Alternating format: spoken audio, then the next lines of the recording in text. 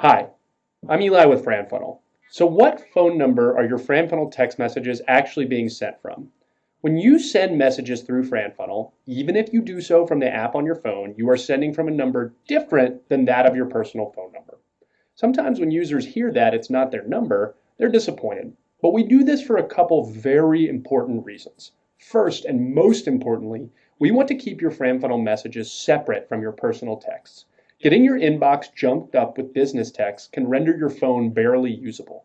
Secondly, in the instance that your company wants to transfer FranFunnel accounts across different employees, we want to be able to accommodate that transition smoothly.